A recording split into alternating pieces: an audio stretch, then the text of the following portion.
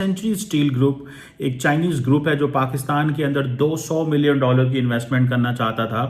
उन्होंने सिर्फ $30 मिलियन की इन्वेस्टमेंट की और उसके बाद उनकी चीखें निकल गई हैं, क्योंकि पाकिस्तान के अंदर वो कहते हैं कि हम कारोबार कर ही नहीं सकते। और देखें इंडिया के अंदर यूनिकॉर्न्स कैसे आती हैं, हमें तो शायद पता ही नहीं है। हम तो एक बिजनेसमैन पाकिस्तान में आता है, उसी को हमारे लोग निचोड़ के उसमें से इतना कुछ निकालना चाहते हैं कि उसका दिल करता है मैं यहां से भाग जाऊं। पाकिस्तान अपने 77 ईयर्स में कई दफा हारा है, लेकिन आज फिर हार गया और मैं उसको आई विटनेस कर रहा हूं। अमेरिका के आगे झूमते हैं, डांस करते हैं, डॉलर्स लेते हैं, चाइना से उनकी करेंसी में पैसे लेते हैं, फिर हम अपनी कंट्री को चला रहे हैं, IMF के आगे भी झुकते हैं। चाइना ने तकरीबन 30 कंट्रीज की एक लिस्ट जो है वो इशू की है और कहा है कि ये वो कंट्रीज है जो वीजा फ्री है, जो बगैर वीजा के भी चाइना आ सकती हैं।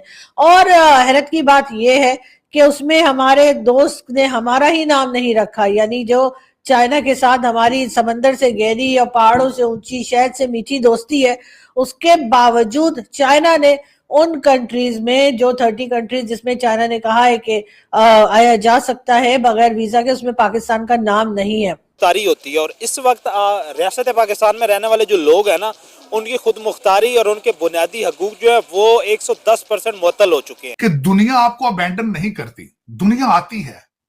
आज भी जहां डी चौक पे जो डेथ चौक बन चुका है, वहां गोलियां चल रही हैं, शेल चल रहे हैं, लेकिन 75 लोग जो हैं बेलारूस से आके बमाए उनके सदर के, वो इस्लामाबाद बैठे हैं, जिनमें 43 उनके साथ वहां के बहुत बड़े बिजनेसमैन आए हैं जो पाकिस्तान में बिजनेस करना चाहते थे। उनका क्या कसूर है? उनको वापस भेज दें आप, उनसे माफी मांगे, बल्कि कि यार हमने तुम्हें गलत जगह पे बुला लिया, वापस चले जाओ, हम कारोबार के तो लायक नहीं। मैं सबसे पहले दुख है कि दुनिया आपके पास कारोबार करने के लिए आती है, लेकिन आप उनको क्या देते हैं, आप क्या उनके साथ करते हैं। दूसरी बात, डॉक्टर जयशंकर साहब ने बात की है कि अगली वार जो होगी वो चिप्स की होगी। अब वो ये नहीं बता सके कि आलू के चिप्स होंगे या कंप्यूटर के चिप्स होंगे, क्योंकि हम तो आलू के चिप्स भी नहीं बना सकते, आप चिप्सों की बात कर रहे हैं। ये हमारे पठान भाई जिन्होंने आज हमला किया इस्लामाबाद पे, ये चिप्स बनाने आए हैं यहां पे, ये क्या लेने आए हैं? और अगर इनके नारे देखे जाएं अल जिहाद के, इनका अगले 100 साल इनका कोई इरादा नहीं है कि यहां पे चिप्स बने इस कंट्री के अंदर। वह चले जो उनका सेमी कंडक्टर की तरफ डॉक्टर जयशंकर साहब की बात थी, वाकई उनकी बात ठीक है। अगली जंगें पानी पे होंगी, अगली जंगें सेमी कंडक्टर पे होंगी, अगली जंगें आर्टिफिशियल इंटेलिजेंस पे होंगी। यहां पे जो डोज प्रोग्राम बनाया है विवेक रामास्वामी ने और इलान मस्क ने, उन्होंने पूरी फेडरल गवर्नमेंट को आर्टिफिशियल इंटेलिजेंस की हेल्प से ठीक करना है। आप कहां है? नारे सुने। आज वो पिंकी पीरनी ऊपर चढ़ी है, साथ उसके एक बाबा जी हैं अली अमीन गंडापुर, सर पे सफेद कपड़ा, कहते हैं ये कफन है। डायरेक्शन क्या है? मुझे दुख है आज, मैं बल्कि भारतीयों से भी दुख का इजहार करना चाहूंगा, अफसोस करना चाहूंगा, क्योंकि मैं जाती तौर पर अगर देखा जाए हम सारी भारतीय हैं, हम इंडियन हैं सारे। क्यों इंडियन हैं? इंडस वैली के बच्चे हैं। इंडस वैली कहां है? इंडस वैली पाकिस्तान से गुजर रही है। इंडस रिवर क्या है? पाकिस्तान से गुजर रही है। हम सारे इंडियन हैं अगर देखा जाए। लेकिन दुख है उस बात पे कि भारत तरक्कियों पे जा रहा है, लेकिन दो साइडों पे आग जल रही है, 2 साइडों पे आग है।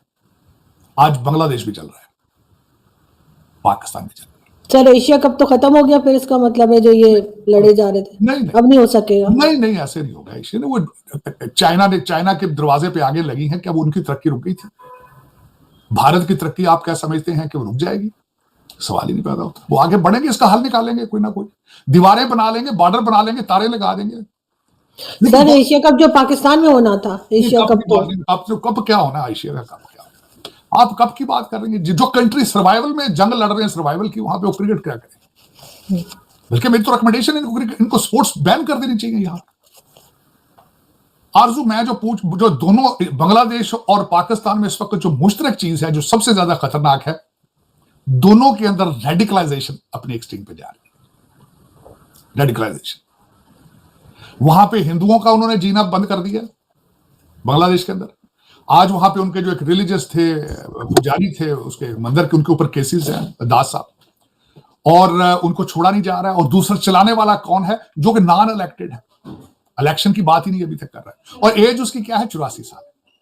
84 साल का बंदा तो वैसे ही उसको उसके हालात खराब हो जाते हैं डेमेंशिया की वजह से। और कल परसों खबर चल रही है, पता नहीं किसी ने चलाई है कि उनकी बच्ची जो है वो कहीं ड्रंक ड्राइविंग में पकड़ी गई किसी फॉरेन कंट्री। चलो, हालात उनके खराब हैं क्योंकि अमेरिका में आए थे तो भाईजान जो बाइडेन से मिलते रहे, बिल क्लिंटन से मिलते रहे। डोनाल्ड ट्रंप साहब जो है उनकी वो रॉन्ग साइड पे है। एक तो उनको ख्याल होना चाहिए कि आगे मुस्तकबिल में तकलीफ होगी। लेकिन जो दुख है मैं ये तो नहीं है जो उनका मुस्तकबिल है, खुदा जाने क्या होगा क्या नहीं होगा मेरी बला से। दुख जो इस बात का है कि फ्यूचर आगे जाने के बजाय पीछे जाएंगे। उसकी वजह यह है बच्चों को रेडिकलाइजेशन देंगे।